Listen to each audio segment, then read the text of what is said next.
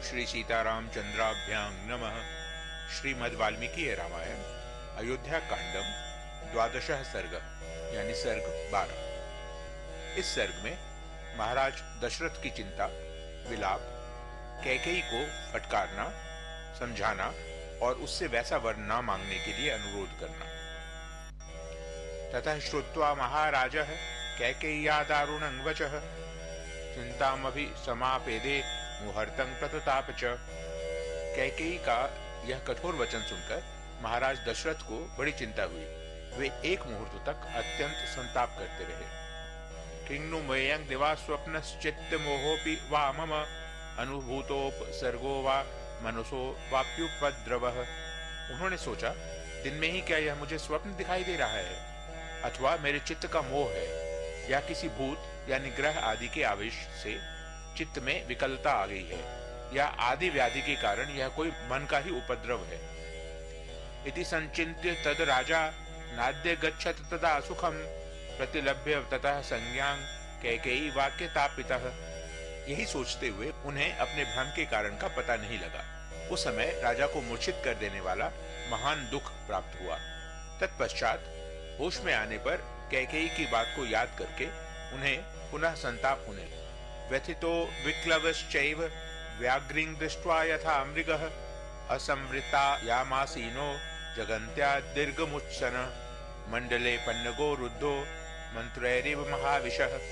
जैसे किसी बाघिन को देखकर मृग व्यथित हो जाता है, उसी प्रकार वे नरेश कैकेयी को देखकर पीड़ित एवं व्याकुल हो उठे। बिस्तर रहित खाली भूमि पर बैठे हुए राजा लंबी सांस खींचने लगे, मानो कोई महाविशैला सर्प किसी मंडल में मंत्रों द्वारा अवरुद्ध हो गया हो। अहो धिगिति सामर्शो वाच मुक्त्वा नराधिपः मोहमापेदिवान भूयः शोकोपहत चेतनः। राजा दशरथ रोष में भरकर अहो धिक्कार है यह कहकर पुनः मूर्छित हो गए। शोक के कारण उनकी चेतना लुप्त सी हो गई। चिरेण तु नृपः संज्ञां प्रतिलभ्य सुदुःखितः कैकेयीं ब्रवीत क्रुद्धो निर्दहन्निव तेजसा। बहुत देर बाद जब उन्हें फिर चेत हुआ, तब वे नरेश अत्यंत दुखी होकर कैकेयी को अपने तेज से दग्ध सी करते हुए क्रोधपूर्वक उससे बोले, नृशंसे दुष्ट चारित्रे कुलस्यास्य विनाशिनी किं कृतं तब रामेन पापे पापं मया पिवा। दयाहीन दुराचारिणी कैकेयी, तू इस कुल का विनाश करने वाली डाइन है, पापिनी, बता मैंने अथवा श्री राम ने तेरा क्या बिगाड़ा है। सदा ते जननी तुल्यां वृत्तिं वहति राघवः तस्यैव त्वमनर्थाय किं निमित्त मिहोद्यता। श्री रामचंद्र तो तेरे साथ सगी माता का सा बर्ताव करते आए हैं, फिर तू किस लिए उनका इस तरह अनिष्ट करने पर उतारू हो गई है। त्वं मयात्म विनाशाय भवनं स्वं निवेशिता अविज्ञाना नृपसुता व्याला तीक्ष्ण विषा यथा। मालूम होता है मैंने अपने विनाश के लिए ही तुझे अपने घर में लाकर रखा था। मैं नहीं जानता था कि तू राजकन्या के रूप में तीखे विष वाली नागिन है। जीवलोको यदा सर्वो रामस्याह गुणस्तवम् अपराधं कमुद्दिश्य त्यक्ष्यामिष्टमहं सुतम्। जब सारा जीव जगत श्री राम के गुणों की प्रशंसा करता है, तब मैं किस अपराध के कारण अपने उस प्यारे पुत्र को त्याग दूं। कौसल्यां च सुमित्रा च त्यजेयमपि त्वाश्रियं जीवितं चात्मनो रामं न त्वैव पितृवत्सलम। मैं कौसल्या और सुमित्रा को भी छोड़ सकता हूँ, राजलक्ष्मी का भी परित्याग कर सकता हूँ, परंतु अपने प्राण स्वरूप पितृभक्त श्री राम को नहीं छोड़ सकता। पराभवति मे प्रीतिर दृष्ट्वा तनयमग्रजम् अपश्यतस्तु मे रामं नष्टं भवति चेतनम्। अपने ज्येष्ठ पुत्र श्री राम को देखते ही मेरे हृदय में परम प्रेम उमड़ आता है, परंतु जब मैं श्री राम को नहीं देखता हूँ, तब मेरी चेतना नष्ट होने लगती है। तिष्ठे लोको विना सूर्य सस्यं वा सलिलं विना न तु रामं विना देहे तिष्ठेतु मम जीवितम्। संभव है सूर्य के बिना यह संसार टिक सके, अथवा पानी के बिना खेती उपज सके, परंतु श्री राम के बिना मेरे शरीर में प्राण नहीं रह सकते। तदलं त्यजता मेष निश्चयः पाप निश्चये अपि ते चरणो मूर्ना स्पृशाम्ये से प्रसीद में किमर्थं चिंतितं पापे त्वया परम दारुणम्। अतः ऐसा वर मांगने से कोई लाभ नहीं। पाप पूर्ण निश्चय वाली कैकेयी, तू इस निश्चय अथवा दुराग्रह को त्याग दे। यह लो, मैं तेरे पैरों पर अपना मस्तक रखता हूँ, मुझ पर प्रसन्न हो जा। पापिनी, तूने ऐसी परम क्रूरतापूर्ण बात किस लिए सोची है? अथ जिज्ञाससे मांग त्वं भरतस्य प्रिया प्रिये अस्तु यत्तत्त्वया पूर्व व्याहृतं राघवं प्रति। यदि यह जानना चाहती है कि भरत मुझे प्रिय है या अप्रिय, तो रघुनंदन, भरत के संबंध में तू पहले जो कुछ कह चुकी है वह पूर्ण हो, अर्थात तेरे प्रथम वर्ग के अनुसार मैं भरत का राज्याभिषेक स्वीकार करता हूँ। स मे ज्येष्ठ सुतः श्रीमान धर्म ज्येष्ठ इति इव मे तत् त्वया प्रिय वादिन्या सेवार्थं कथितं भवेत्। तू पहले कहा करती थी कि श्री राम मेरे बड़े बेटे हैं, वे धर्माचरण में भी सबसे बड़े हैं, परंतु अब मालूम हुआ कि तू ऊपर ऊपर से चिकनी चुपड़ी बातें किया करती थी, और वह बात तूने श्री राम से अपनी सेवा कराने के लिए ही कही होगी। तच्छ्रुत्वा शोक संतप्ता संतापयसि मां भृशम् आविष्टासि गृहे शून्ये सा त्वं परवशं गता। आज श्री राम के अभिषेक की बात सुनकर तू शोक से संतप्त हो उठी है और मुझे भी बहुत संताप दे रही है। इसलिए जान पड़ता है कि इस सूने घर में तुझ पर भूत आदि का आवेश हो गया है, अतः तू परवश होकर ऐसी बातें कह रही है। इक्ष्वाकुणां कुले देवी संप्राप्तः सुमहानयम् अन्योन्य संपन्ने यत्र ते विकृता मतिः। देवी, न्यायशील इक्ष्वाकु वंश में यह बड़ा भारी अन्याय आकर उपस्थित हुआ है, जहाँ तेरी बुद्धि इस प्रकार विकृत हो गई है। नहीं किंचित युक्तं वा विप्रियं वा पुरा मम अकरोस्वं विशालाक्षी तेन न श्रद्धामि ते।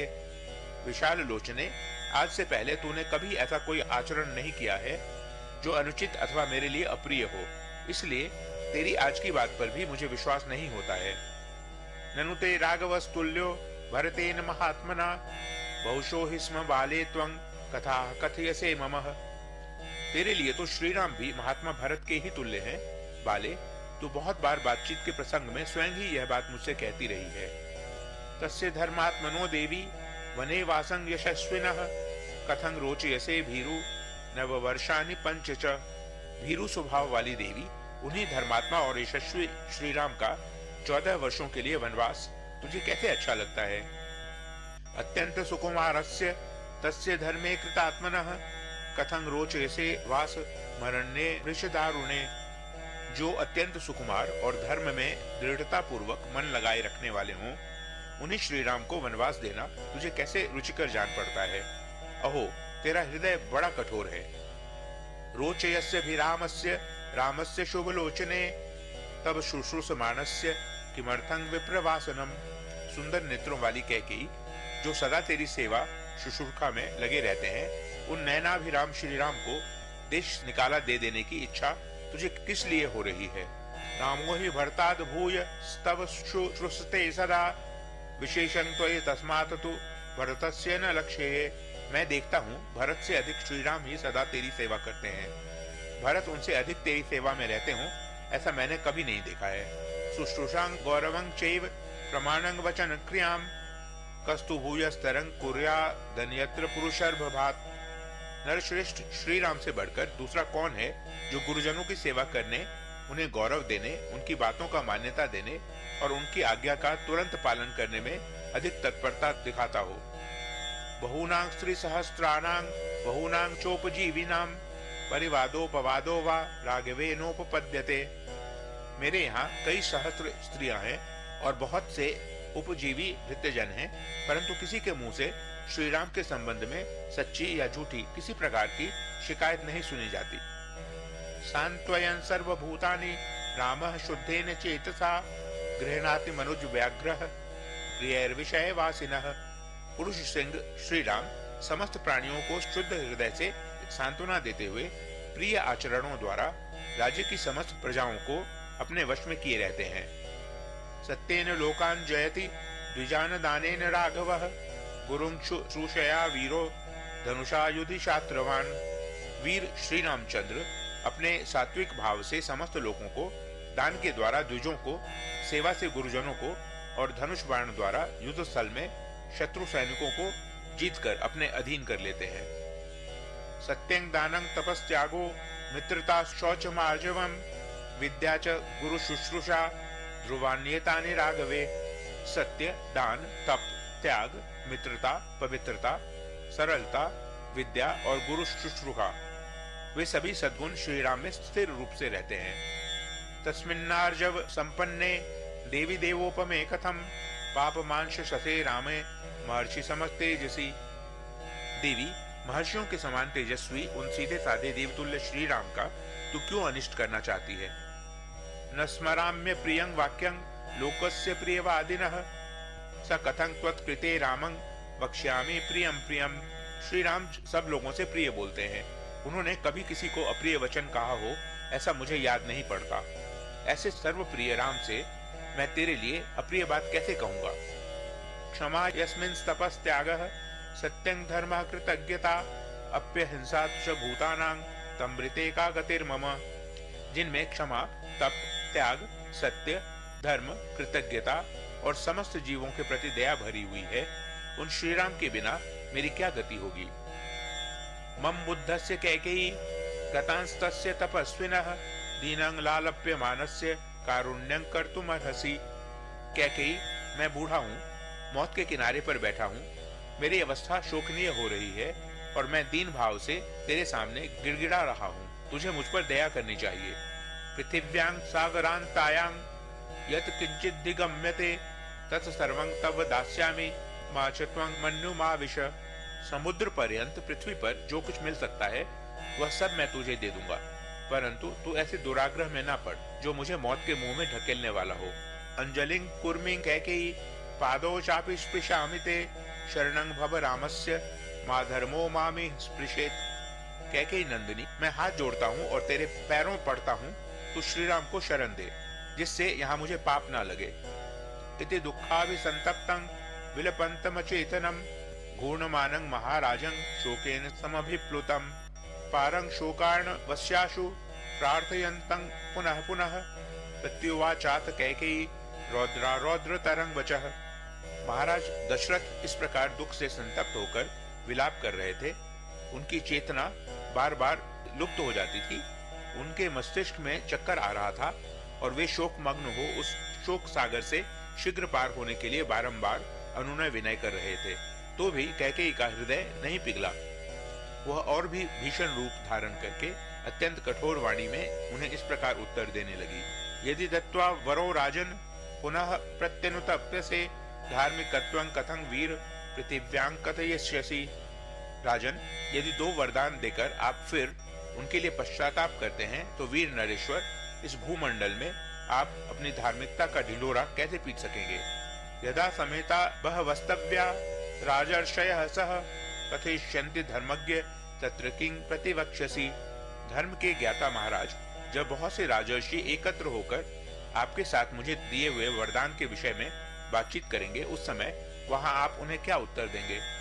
यस्याः प्रसादे जीवामि या च मामभ्यपालयत् तस्याः कृता मया मिथ्या कैकेय्या इति वक्ष्यसि।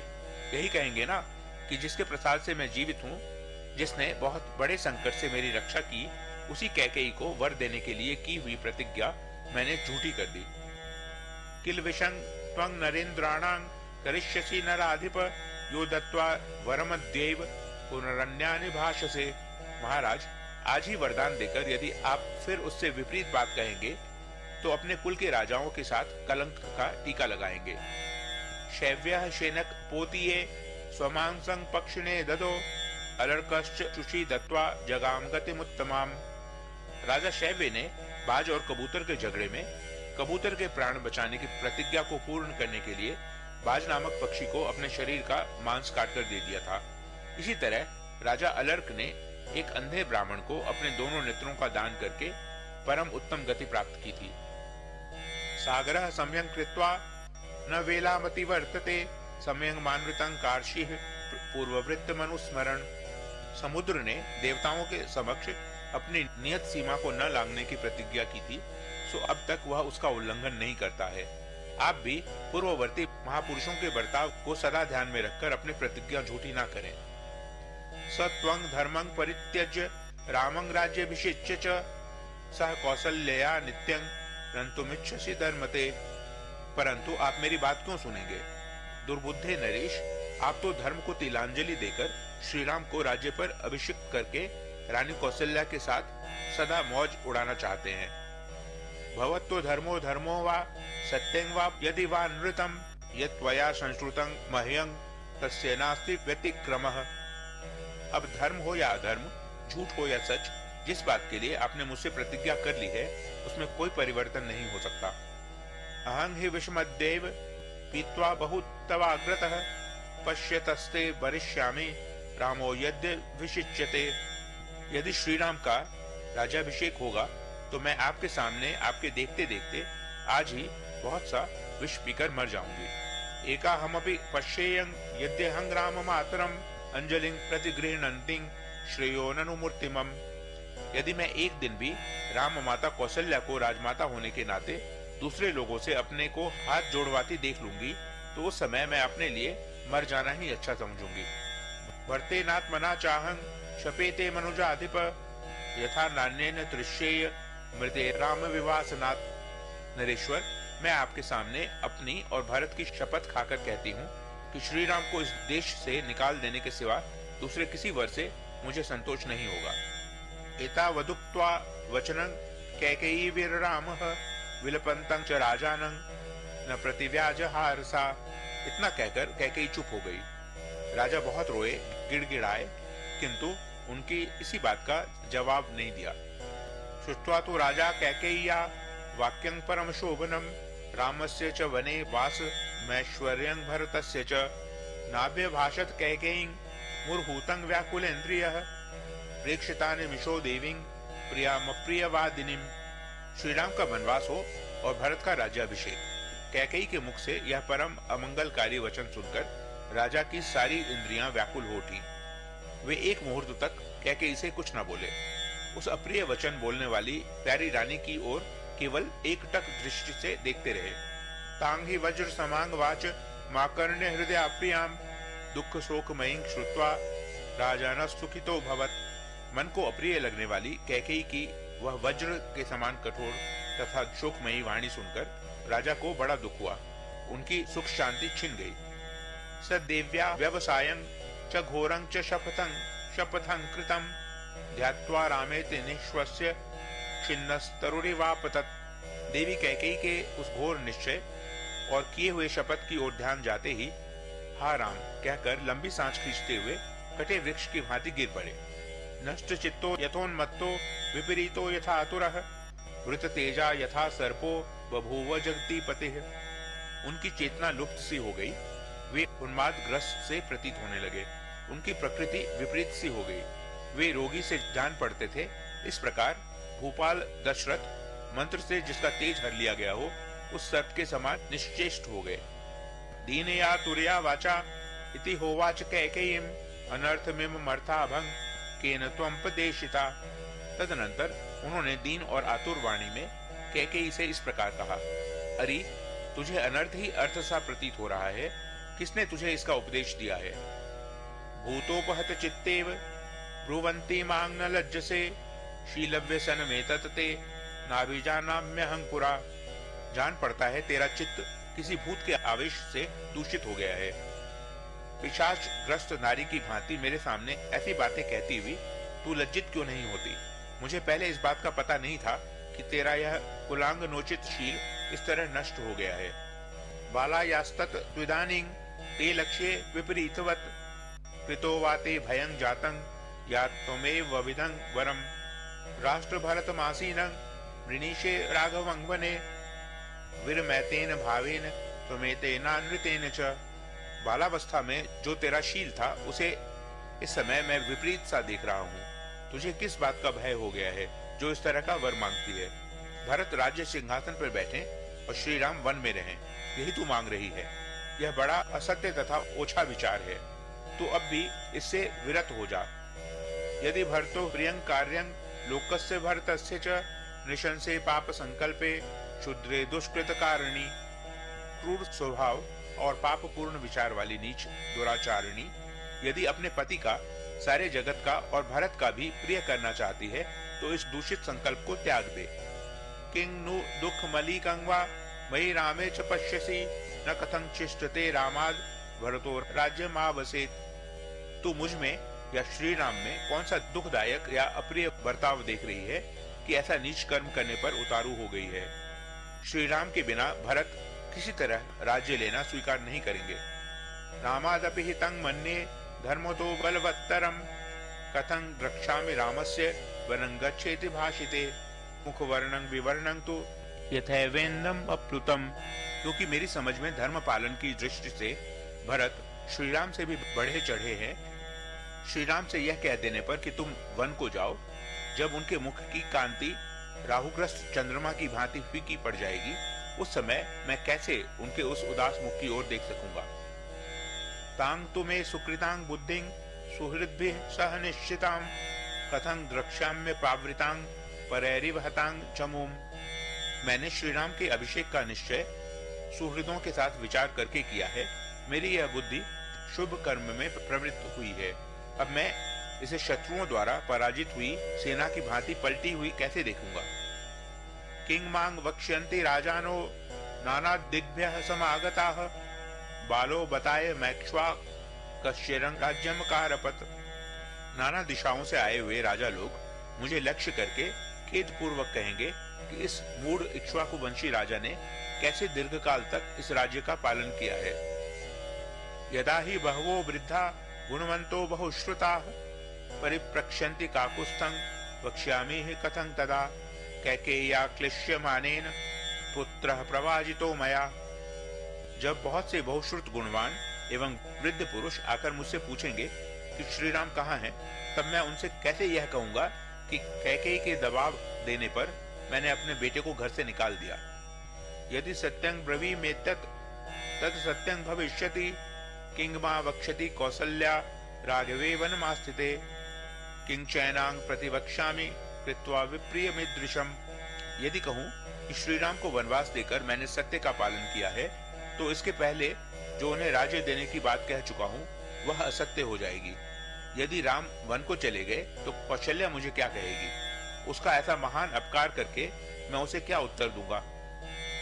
यदा यदा च कौसल्या दासीव च सखीव च भार्यावद भगिनीवच्च मातृवच्चोपतिष्ठति सततं प्रिय कामा में प्रिय पुत्रा प्रियं वदा न मया सत्कृता देवी सत्कारार्हा कृते तव। हाय, जिसका पुत्र मुझे सबसे अधिक प्रिय है, वह प्रिय वचन बोलने वाली कौसल्या जब जब दासी सखी पत्नी बहन और माता की भांति मेरा प्रिय करने की इच्छा से मेरी सेवा में उपस्थित होती थी, तब तब उस सत्कार पाने योग्य देवी का भी मैंने तेरे ही कारण कभी सत्कार नहीं किया। इदानीं तत्पतिं मांग यन्मया सुकृतं त्वयि अपत्य व्यंजनोपेतं भुक्तमन्न मिवातुरम। तेरे साथ जो मैंने इतना अच्छा बर्ताव किया, वह याद आकर इस समय मुझे उसी प्रकार संताप दे रहा है जैसे अपथ्य यानी हानिकारक व्यंजनों से युक्त खाया हुआ अन्न किसी रोगी को कष्ट देता है। विप्रकारं च रामस्य सम्य प्राणं वनस्य च सुमित्रा प्रेक्ष्य वै भीता विश्वसिष्यति। श्री राम के अभिषेक का निवारण और उनका वन की ओर प्रस्थान देखकर निश्चय ही सुमित्रा भयभीत हो जाएगी, फिर वह कैसे मेरा विश्वास करेगी। कृपणं बत वैदेही श्रोष्यति द्वयम् अप्रियं मां च पंचत्वमापन्नं रामं च वनमाश्रितम्। हाय, बेचारी सीता को एक ही साथ दो दुखद एवं अप्रिय समाचार सुनने पड़ेंगे, श्री राम का वनवास और मेरी मृत्यु। वैदेही बत में प्राणान शोचन्ति क्षपयिष्यति हीना हिमवतः पार्वे किन्नरेणैव किन्नरी। जब वह श्री राम के लिए शोक करने लगेंगी, उस समय मेरे प्राणों का नाश कर डालेगी। उसका शोक देखकर मेरे प्राण इस शरीर में नहीं रह सकेंगे। उसकी दशा हिमालय के पार्श्व भाव में अपने स्वामी किन्नर से बिछुड़ी हुई किन्नरी के समान हो जाएगी। नहीं राम महं दृष्ट्वा प्रवसन्तं महावने शिरं जीवितुमाशंसे रुदन्तिं चापि मैथिलीं सा नूनं विधवा राज्यं सपुत्रा कारयिष्यसि। मैं श्री राम को विशाल वन में निवास करते और मिथिलेश कुमारी सीता को रोती देख अधिक काल तक जीवित रहना नहीं चाहता। ऐसी दशा में तो निश्चय ही विधवा होकर बेटे के साथ अयोध्या का राज्य करना। सतिं त्वामहमत्यन्तं व्यवस्याम्य सतिं सतीं रूपिणीं विश्व संयुक्तां पित्वैव मदिरां नरः। ओ, मैं तुझे अत्यंत सती साध्वी समझता था, परंतु तू बड़ी दुष्टा निकली। ठीक उसी तरह जैसे कोई मनुष्य देखने में सुंदर मदिरा को पीकर पीछे उसके द्वारा किए गए विकार से यह समझ पाता है कि इसमें विष मिला हुआ था। अनृत्यैर्वर्त मांग सांत्वयः सांत्वयन्ति स्म भाषसे गीत शब्देन समृद्ध लुब्धो मृगमिवावधि। अब तक जो तू सांत्वनापूर्ण मीठे वचन बोलकर मुझे आश्वासन देती हुई बातें किया करती थी, वे तेरी कही हुई सारी बातें झूठी थी। जैसे व्याध हरिण को मधुर संगीत से आकृष्ट करके उसे मार डालता है, उसी प्रकार तू भी पहले मुझे लुभाकर अब मेरे प्राण ले रही है। अनार्य इति मामार्याः पुत्र विक्रायकं ध्रुवं विकरष्यन्ति रथ्यासु सुरापं ब्राह्मणं यथा। श्रेष्ठ पुरुष निश्चय ही मुझे नीच और एक नारी के मोह में पड़कर बेटे को बेच देने वाला कहकर शराबी ब्राह्मण की भांति मेरी राह बाट और गली कूचों में निंदा करेंगे।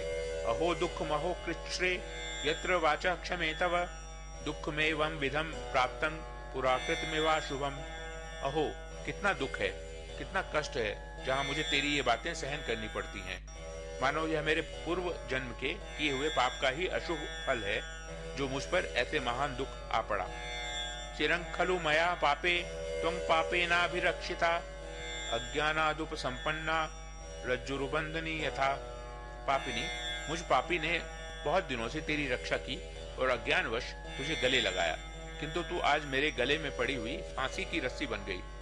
रममानस्त्वया सार्धं मृत्युं त्वांगाभिलक्ष्ये बलो रहसि हस्तेन कृष्ण सर्पमेवा स्पृशम। जैसे बालक एकांत में खेलता खेलता काले नाग को हाथ में पकड़ ले, उसी प्रकार मैंने एकांत में तेरे साथ क्रीड़ा करते हुए तेरा आलिंगन किया है, परंतु उस समय मुझे यह न सूझा कि तू ही एक दिन मेरी मृत्यु का कारण बनेगी। तंग तु मांग जीव लोकोयं नूनमाक्रोष्टमर्हति मया यपितृकः पुत्रः स महात्मा दुरात्मना। हाय, मुझ दुरात्मा ने जीते जी ही अपने महात्मा पुत्र को पितृहीन बना दिया। मुझे यह सारा संसार निश्चय ही धिक्कारेगा, गालियां देगा, जो उचित ही होगा।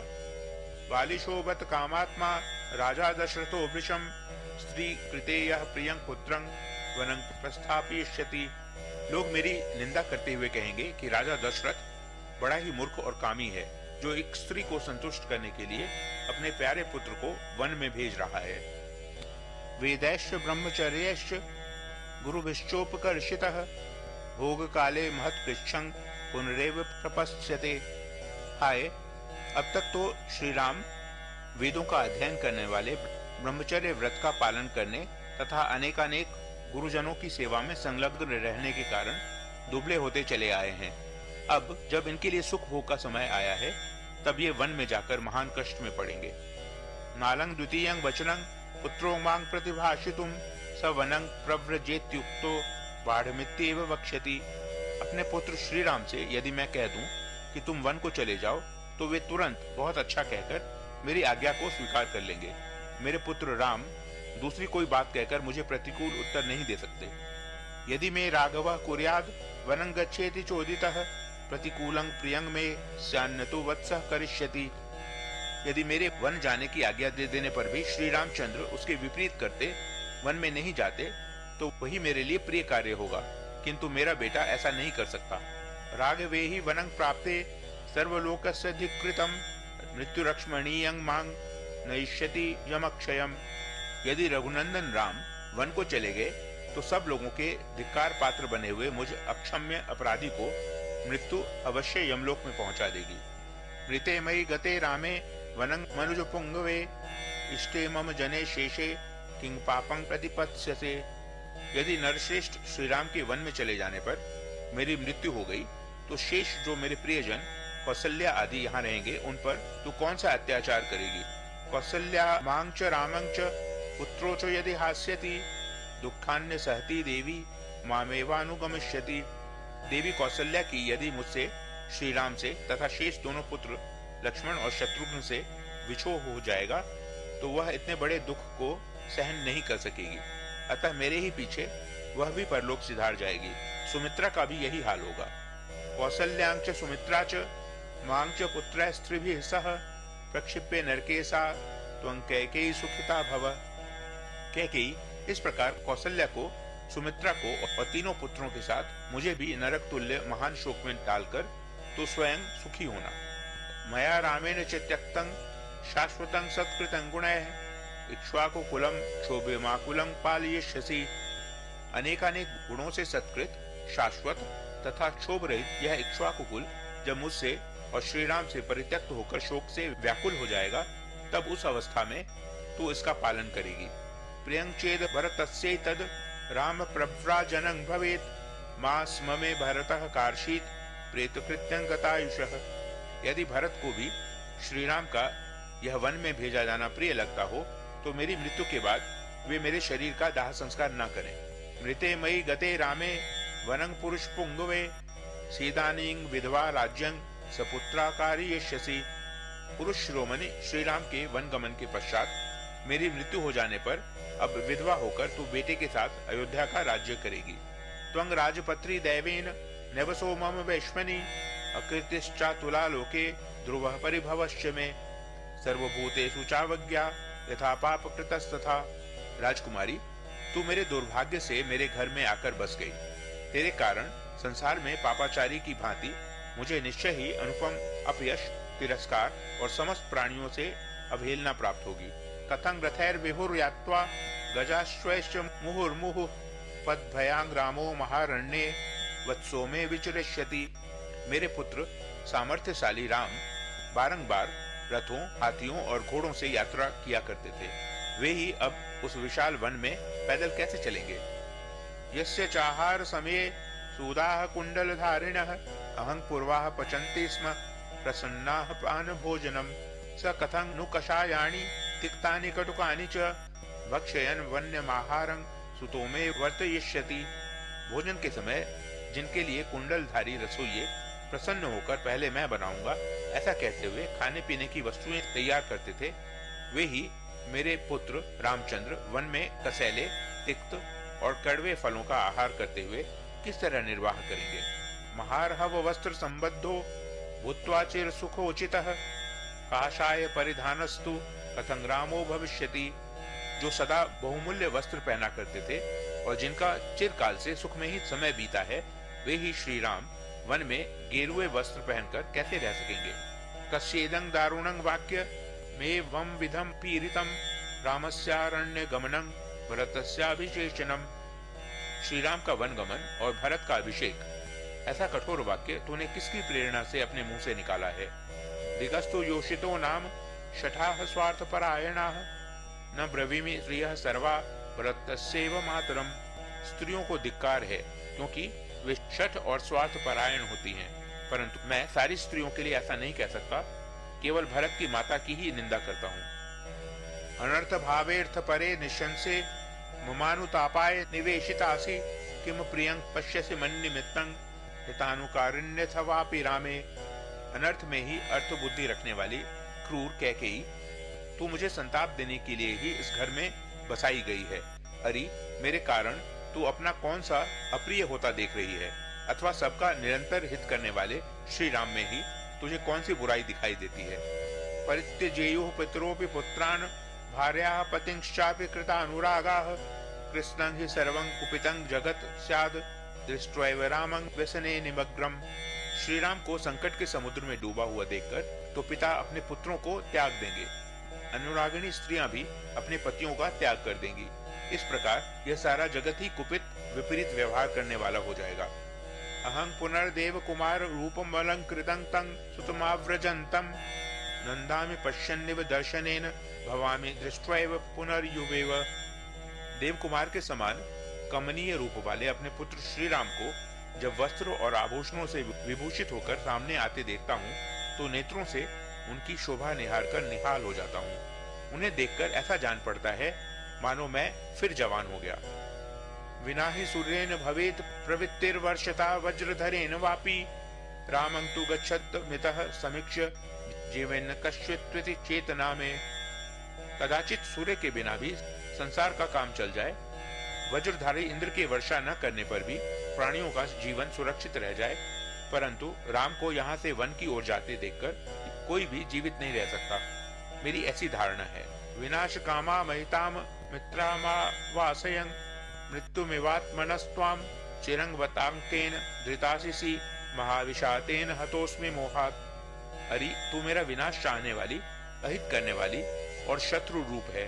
जैसे कोई अपनी ही मृत्यु को घर में स्थान दे दे, उसी प्रकार मैंने तुझे घर में बसा लिया है। खेद की बात है कि मैंने मोहवश तुझ महाविशैली नागिन को चिरकाल से अपने अंक में धारण कर रखा है, इसलिए आज मैं मारा गया। मया च रामेण सलक्ष्मणेन प्रशास्तुहीनो भरतस्त्वया सह पुरं च राष्ट्रं च निहत्य बांधवान् ममाहितानां च भवाभिहर्षिणी। मुझसे श्री राम और लक्ष्मण से हीन होकर भरत समस्त बांधवों का विनाश करके तेरे साथ इस नगर तथा राष्ट्र का शासन करें तथा तू मेरे शत्रुओं का हर्ष बढ़ाने वाली हो। निशंस वृते व्यसन प्रहारिणी प्रसह्य वाक्यं यदि हाद्य भाषसे न नामते तेन मुखात पत्यन्त्यधो विशीर्यमाना दशनाः सहस्त्रधा।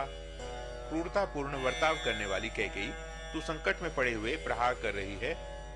अरे जब तू दुराग्रह पूर्वक आज ऐसी कठोर बातें मुंह से निकालती है, उस समय तेरे दांतों के हजारों टुकड़े होकर मुंह से नीचे क्यों नहीं गिर जाते। न किंचिदाहितं प्रियं वचो न वेत्ति रामः परुषामि भाषितुं कथं तु रामे ह्यभिराम वादिनी ब्रवीषि दोषान् गुण नित्य सम्मते। श्री राम कभी किसी से कोई अहितकारक या अप्रिय वचन नहीं कहते। वे कटु वचन बोलना जानते ही नहीं हैं। उनका अपने गुणों के कारण सदा सर्वदा सम्मान होता है। उन्हीं मनोहर वचन बोलने वाले श्री राम में तू दोष कैसे बता रही है, क्योंकि वनवास उसी को दिया जाता है जिसके बहुत से दोष सिद्ध हो चुके हों। प्रताम्य वा प्रज्वल वा प्रणश्य वा सहस्रशो वा स्फुटितांग महिं व्रज न ते करिष्यामि वचा सुदारुणं ममाहितं कैकेय राजपांसने। ओ कैकेय राज के कुल की जीती जागती कलंक, तू चाहे ग्लानि में डूब जा अथवा आग में जलकर खाक हो जा या विष खाकर प्राण दे दे अथवा पृथ्वी में हजारों दरारें बनाकर उसी में समा जा, परंतु मेरा अहित करने वाली तेरी यह अत्यंत कठोर बात मैं कदापि नहीं मानूंगा। शुरूपमांग नित्यं सत्य प्रियं वदांग प्रदुष्ट भावांग स्वकुलोम खातिनीम न जीवितुं त्वांग विषहे मनोरमांग दिदक्षमाणांग हृदयं स्वबंधनम। तू छुरे के समान घात करने वाली है। बातें तो मीठी मीठी करती है, परंतु वे सदा झूठी और सद्भावना से रहित होती हैं। तेरे हृदय का भाव अत्यंत दूषित है तथा तू अपने कुल का भी नाश करने वाली है। इतना ही नहीं, तू प्राणों सहित मेरे हृदय को भी जलाकर भस्म कर डालना चाहती है। इसीलिए मेरे मन को नहीं भाती है। तुझ पापिनी का जीवित रहना मैं नहीं सह सकता। न जीवितं मेस्ति कृतः पुनः सुखं विनात्म जेनात्म वतांग कुतो रविः ममाहितं देविनो कर्तुमर्हसि स्पृशामि पादावपि ते प्रसीद में। देवी, अपने बेटे श्री राम के बिना मेरा जीवन नहीं रह सकता, फिर कहां से सुख हो सकता है। आत्मा के पुरुषों को भी अपने पुत्र से बिछो हो जाने पर कैसे चैन मिल सकता है। अतः तू मेरा अहित ना कर, मैं तेरे पैर छूता हूँ, तू मुझ पर प्रसन्न हो जा। सभूमि पालो विलपन्न नाथवत स्त्रिया गृहीतो हृदय तिमात्रया पपात देव्याश्चरणों प्रसारिता उभाव संप्राप्य यथा तुरस्तथा। इस प्रकार महाराज दशरथ मर्यादा का उल्लंघन करने वाली उस हठीली स्त्री के वश में पड़कर अनाथ की भांति विलाप कर रहे थे। वे देवी कैकेयी के फैलाए हुए दोनों चरणों को छूना चाहते थे, परंतु उन्हें न पाकर बीच में ही मूर्छित होकर गिर पड़े। ठीक उसी तरह जैसे कोई रोगी किसी वस्तु को छूना चाहता है, किंतु दुर्बलता के कारण वहां तक न पहुंचकर बीच में ही अचेत होकर गिर जाता है। इत्याशे श्रीमद् रामायणे वाल्मीकिये आदि काव्ये अयोध्या कांडे 12 सर्ग। इस प्रकार श्री वाल्मीकि निर्मित आश रामायण आदि काव्य के अयोध्या कांड में 12वां सर्ग पूरा हुआ। ओम